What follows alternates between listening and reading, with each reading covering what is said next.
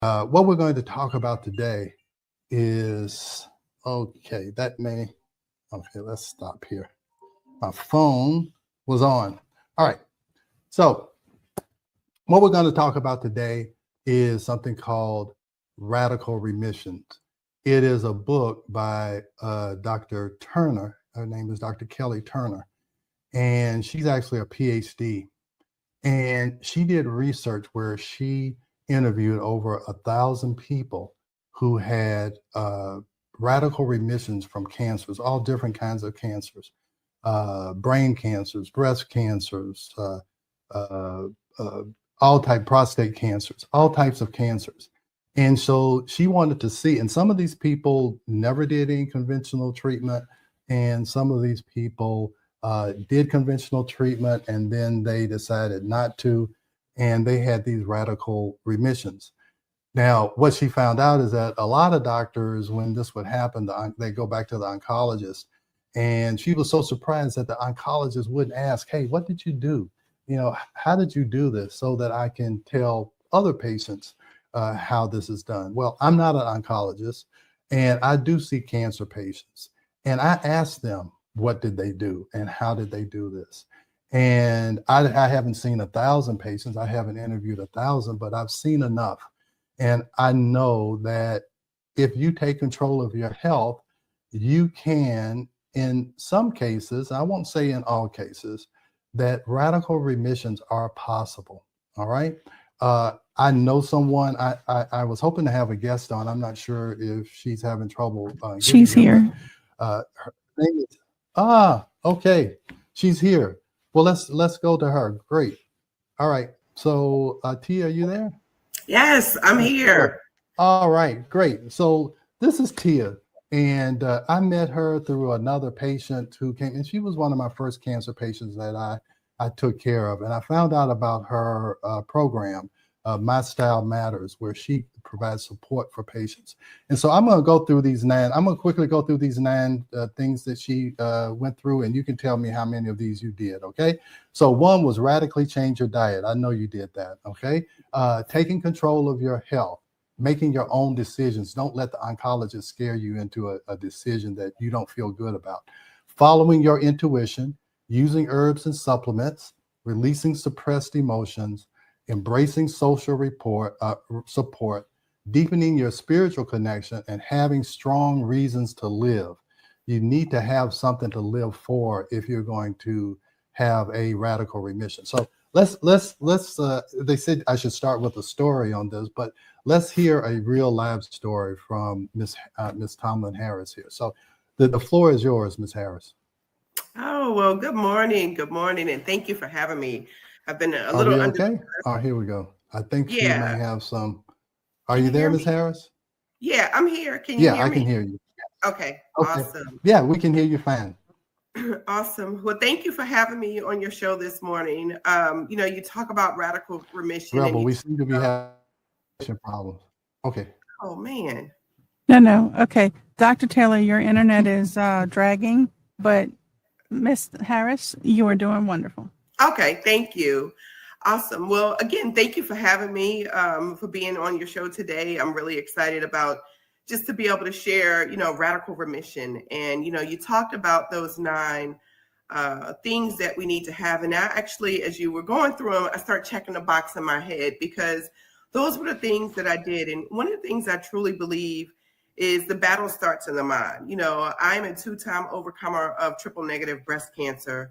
And for those who are not familiar with triple negative breast cancer, it is a very aggressive type of breast cancer that typically it's about 10 to 15% of cancer diagnoses fall into triple negative breast cancer, which means it's not hormone based. And so the treatment options are very limited for those who are diagnosed with triple negative breast cancer.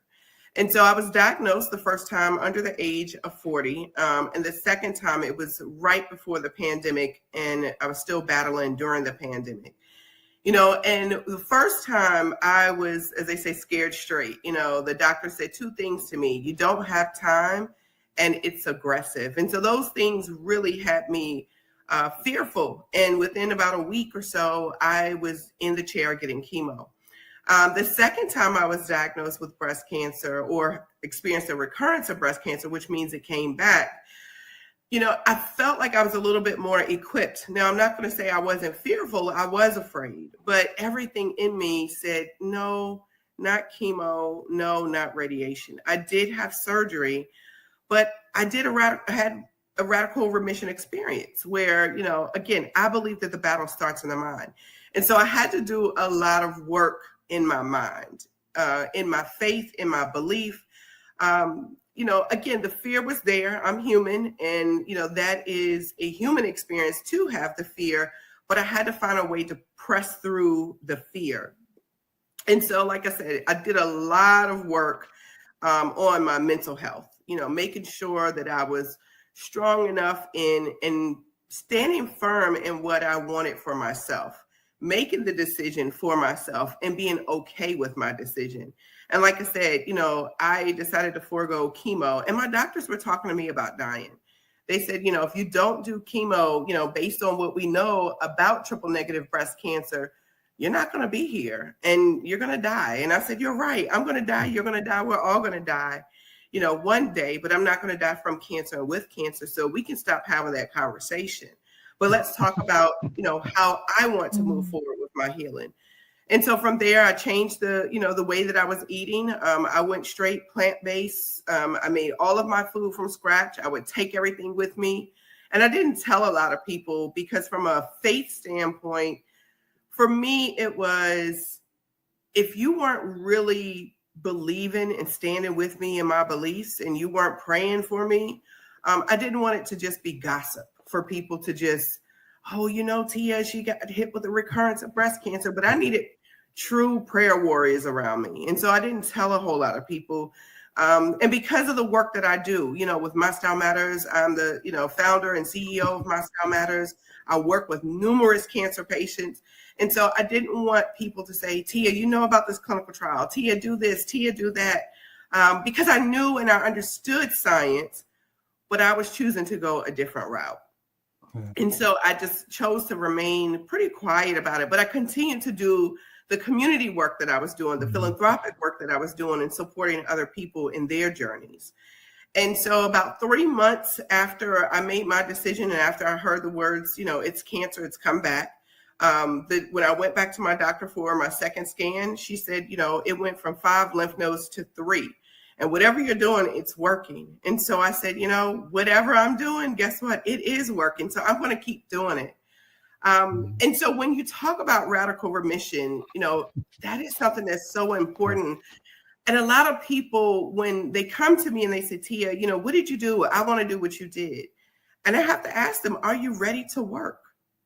Like, you have to put in work. And a lot of the work, when we talk about faith, I think about God's word when he said faith without works is dead. Well, the work of faith, the work is faith.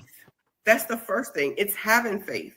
And then the second work is making those changes. And not everyone is either in a position to make those changes or are really able to make those changes. And so, the other part you talked about is community. Yeah.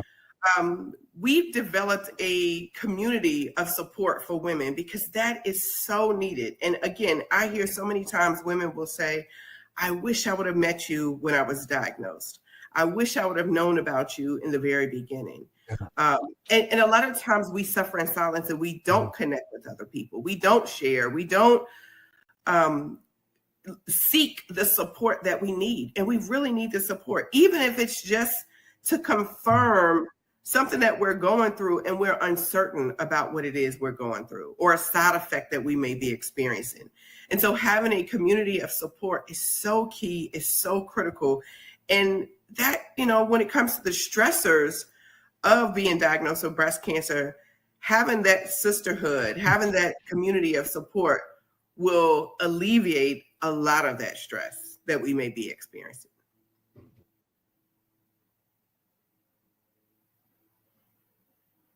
Dr. Taylor, I think we may be having some connection issues. No, we are good. Yes.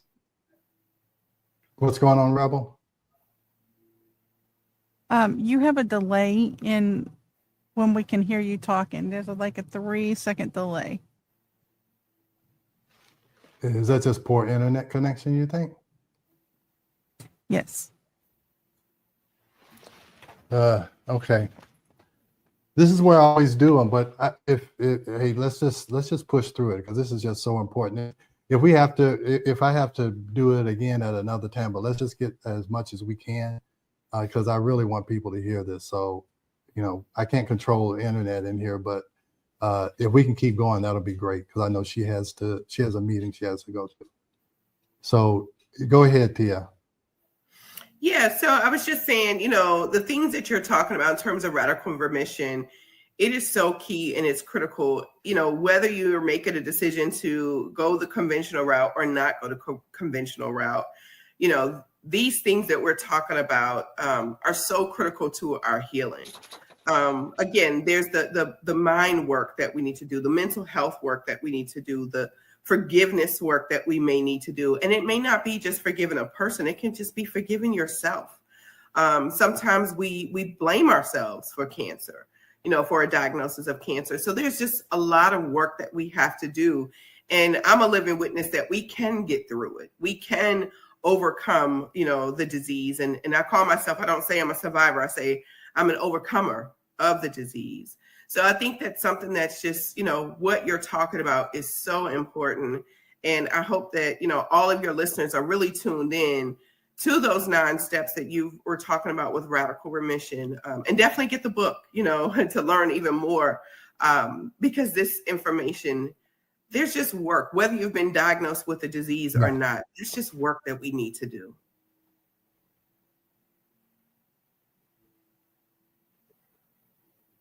Yeah. Tia, I was saying, a lot of these alternative cancer places, they're $60,000. They're in Mexico or